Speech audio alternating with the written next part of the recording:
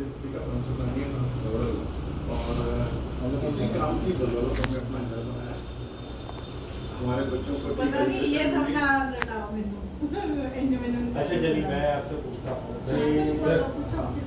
आप जो है आपके हस्बैंड जो है वो फाइनेंशियल जनरली जो होते हैं ना, कोई भी व्यक्ति अपने बच्चों को जो है वो इंश्योरेंस एडवाइजर नहीं बनाना चाहता या फाइनेंशियल एडवाइजर बनाना, ये ऐसा कोई करियर जो है किसी ने इंडिपेंडेंट चूज नहीं किया अपने बच्चों के लिए।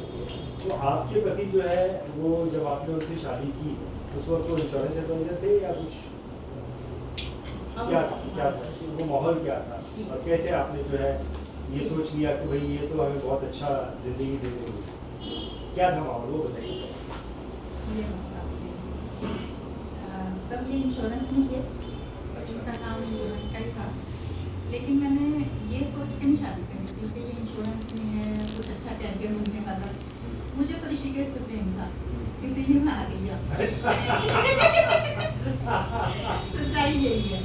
लेकिन जब फिर मैं थोड़ी स्पिरिचुअल थी शुरू से ही, तो जब मैंने इनका वर्क देखा, इनका काम देखा, इनको जब काम करते थे और बाई चांस कोई क्लेम होता था, तो जब ये क्लेम देने जाते थे और लोगों की आंखों में आंसू थे, और जब ये चेक पकड़ाते थे तो मुझे लगता था ये एक स्पिरिचुअल काम है।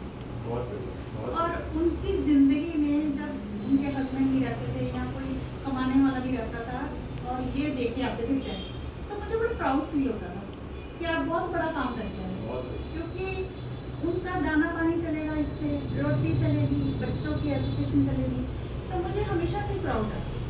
प्लस इनकी ईमानदारी पे मुझे बहुत प्राउड है, ये बहुत ऑनेस्ट है, सारी ज़िंदगी इन्होंने ऑनेस्टी से किया। मेरे 2 बच्चे हैं, आज को दोनों वेल सेटल हैं, एक कनाडा में है, एक ऑस्ट्रेलिया में है, 15 साल से हैं। तो मेरे बच्चों में भी ऐसे संस्कार हैं, बहुत ईमानदार, बहुत संस्कारी बच्चे हैं, जो भी उनसे मिलता है बहुत कुछ होता है। ये बड़े अच्छे पेरेंट्स हैं हम लोग। हमने ईमानदारी से ज़िंदगी काटी है और मुझे बड़ा प्राउड है कि आज ये इस अपने फील्ड में मास्टर हैं, इनको सब जानते हैं कि इतनी इज्जत है, सम्मान है, और सबसे बड़ी बात ऑनेस्ट है। तो क्योंकि ये बहुत ऑनेस्ट है, इसलिए कहते हैं ना पंजाबी च रब ने भाग भी लाया। और अगर मान लो इनमें ऑनेस्टी ना होती तो शायद मेरी ज़िंदगी दुर्बर हो जाती, क्योंकि मुझे पैसा कितना है ये वैल्यू नहीं रखता, लेकिन पैसा कैसे कमाया जाता है वो बहुत वैल्यू है। तो इसीलिए मैं बहुत इज्जत करती हूँ, बहुत सम्मान करती हूँ कि मैंने चलते फिरते भगवान को तो नहीं देखा, लेकिन हाँ इनको देखा, और इसीलिए मैं इनको बहुत बेहद मतलब सब लोगों से ऊपर और है। सच्चाई है ये, क्योंकि मैंने देखे हैं बहुत सारे पैसे वाले लोग देखे हैं, ऐसी बात नहीं है, बहुत ज़्यादा पैसा होता है लोगों का, लेकिन वो बात नहीं होती जो एक ईमानदारी। मैं कहती हूँ कि ठीक है करोड़ों रुपया है आपके पास, लेकिन ईमानदारी की 2 रोटी खाने की वो ज़्यादा वैल्यू होती है, और इसीलिए मैं बहुत इज्जत करती हूँ, मैं बहुत प्राउड करती हूँ अपने हस्बैंड पे। और इन्होंने तो खैर माशाल्लाह बहुत ज़्यादा फाइनेंस में और ये म्यूचुअल फंड में उपलब्धियाँ हासिल करी है। आज हर बंदा ऋषिकेश का सबसे टॉप बंदा भी यहाँ पे बैठता है और इनसे एडवाइस लेता है, तो मुझे प्राउड फील होता है। बच्चे प्राउड करते हैं कि हमारे फादर आज इस लेवल पे है कि हमें पहचान होती है कि हाँ भाई ये मनमोहन संगर जी के बच्चे हैं। तो ये गंगा मैया की कृपा है, आप सबका प्यार है, और मैं कहती हूँ कि मैं बहुत खुशकिस्मत हूँ कि मैं इनकी वाइफ हूँ। तो संगत जी आपकी सबसे बड़ी क्वालिफिकेशन तो ऋषिकेश में रहना नहीं थी। तो ये क्वालिफिकेशन के बदले आपको मेडल मिल गई। हाँ सच में भाई साहब, जब मेरी जब शादी की बात चल रही थी तो बड़े सारे रिश्ते आते ही हैं, हर लड़के के आते हैं। मेरे फादर डॉक्टर हैं, तो वो उसी हिसाब से ही मतलब चूज़ करते थे कि भाई हाँ लड़का एक ही एक है, यहाँ शादी कर लो बहुत है। हमारी भी बहुत जमीन है, हमारा भी सब है, लेकिन मेरे को एक ये था कि मुझे ऋषिकेश ही जाना है। और आज जब मैं गंगा जी पे जाती हूँ, साधना करती हूँ, ध्यान करती हूँ, मेडिटेशन करती हूँ, तो मुझे लगता है कि पहले शुरू में मैं सोचती थी कि इतना ज़्यादा, तो मुझे लगता था मतलब अजीब, मतलब बहुत कम लोग थे। आज तो बहुत रश है, आज तो बहुत आगे जा चुका है ऋषिकेश, लेकिन जब मेरी शादी हुई तो बहुत कम, कोई बंदा निकलता था यहाँ से। तो मैं सोचती थी हाय कितना थका हुआ है ये शहर, क्या करूँ मैं। लेकिन जब मैंने यहाँ इस घर में शिफ्ट किया, इतने में मेरा बेटा हो गया, एक छोटा सा बच्चा, भगवान ने नन्हा सा फूल डाल दिया मेरी झोली में, तो मैं वो भी शुक्र करती हूँ गंगा मैया का। तो फिर मैं गंगा जी पे जब जाती थी, जाके बैठती थी, तो मुझे बड़ा सुकून मिलता था।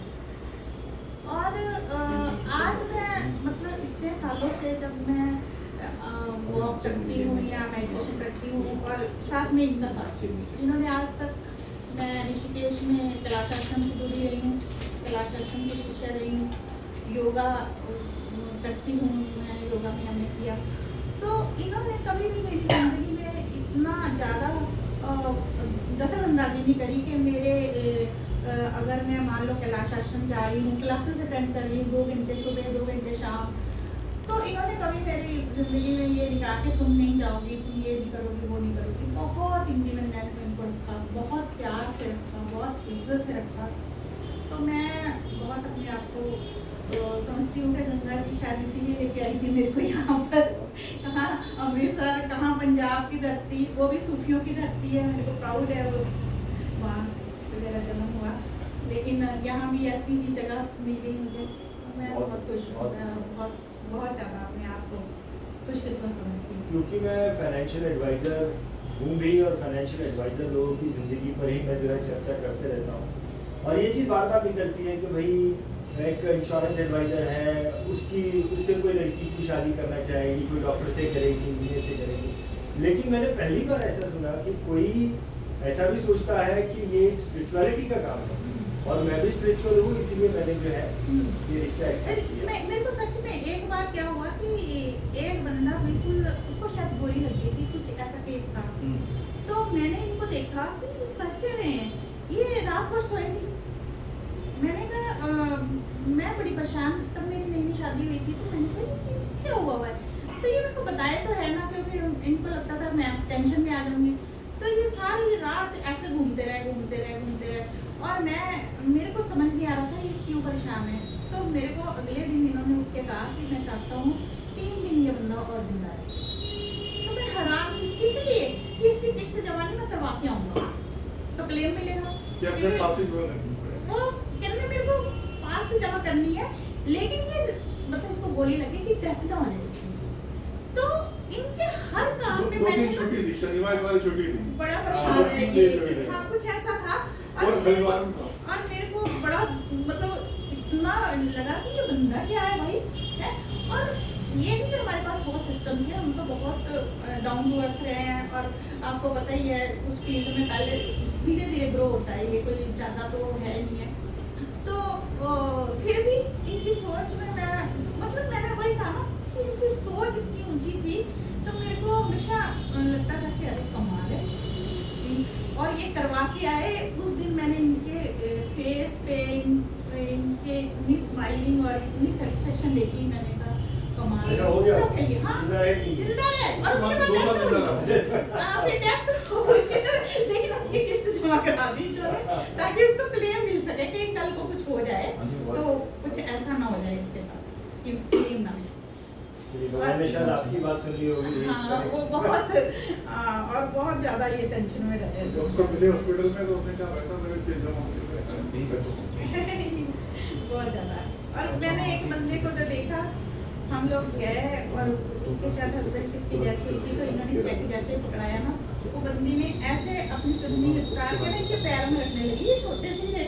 नहीं आप क्या कर रहे हो, कहते आपने ना हमारी जिंदगी जीने का सहारा दे दिया। मतलब ये सारी चीजें मैंने अपनी आंखों से देखी है।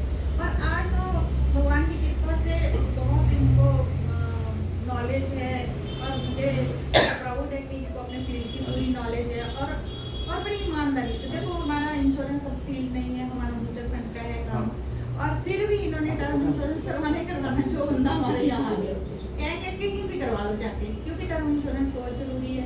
उसके बाद म्यूचुअल फंड का जो भी सिस्टम होता है सिप कर सकता है, या उसमें कैसे इन्वेस्ट करना वो ये गाइड करेंगे, लेकिन पहले जरूर कहेंगे कि आपको ये करवाना चाहिए। और कहीं से भी दवा लो, हमारा उसमें कोई वो नहीं है। लेकिन हाँ, प्राउड है मुझे कि मैं इनकी वाइफ हूँ। और बस अब ये अभी भी भगवान की कृपा मेरे है। जो कई क्लाइंट्स की डेथ हुई थी, तो ठीक है, ये प्रोफेशनल मैंने उनको क्लेम दिलवा दिया, अलग बात है। मैं उसके बाद भी उस परिवार के साथ में 20-25 साल 30 साल तक जुड़े रहता हूँ। माइक ले आपका, माइक ये ये इनका ये आवाज। हमारे हेलो,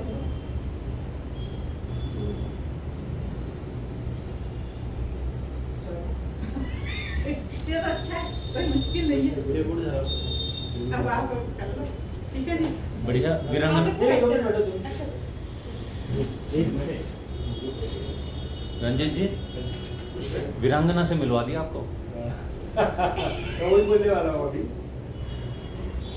इनका इन्होंने कवर कर दिया। हाँ। एक्चुअली इनकी बात में मुझे बहुत ज्यादा समझ नहीं आया। हाँ। इन्होंने जो बूस्ट अप किया ना चीज मैं को। वही बोलने वाला था अभी कि हम वहाँ पे बैठे थे और इंटरव्यू मेरा वहीं पे होना था, उनके ऑफिस में ही होना था। जी। तो सर ने बोला कि आप हमारे इधर आ जाओ, तो मैं बोल रहा था, थोड़ा हेजिटेट कर रहा था, नहीं सर यहीं पे कर लेते हैं, तो सेट वेट लगा। उन्होंने बोला नहीं कोई नहीं, आ जाओ। तो आ तो गए, और आपका इंटरव्यू जो हुआ है, आपने जो बातें की है, उसमें से अभी बहुत लोगों का भला होने वाला है। बहुत सारे इंश्योरेंस एजेंट ऐसे हैं जिनको बहुत सारी लड़कियों ने रिजेक्ट कर दिया है, ये बोल के कि ये इंश्योरेंस एजेंट है, उनका भला हो जाएगा। चलिए, यस सर, बोलिए। मैं आपको एक बात और कहना चाहूँगा कि बीइंग ए प्रोफेशनल हम लोगों ने बहुत सारे डेथ केयर दिलवाए, बहुत सी मैच्योरिटियाँ, बहुत से लोन, बहुत से टेंडर दिलवाए।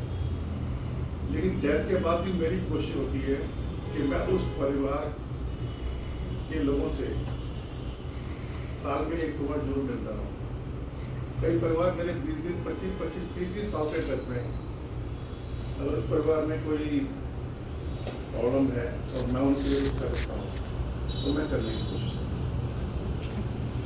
क्योंकि हमारा रिलेशन एक लॉन्ग टर्म का है।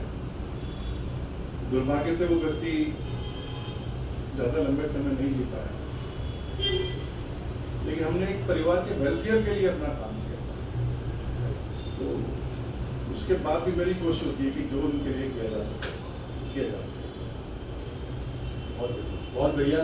सो संदर जी एंड फैमिली, आप लोगों से मिलकर बहुत अच्छा लगा। बहुत अच्छे विचार हैं आप लोगों के, और definitely sky is the limit for you. Thank you very much. Thank you.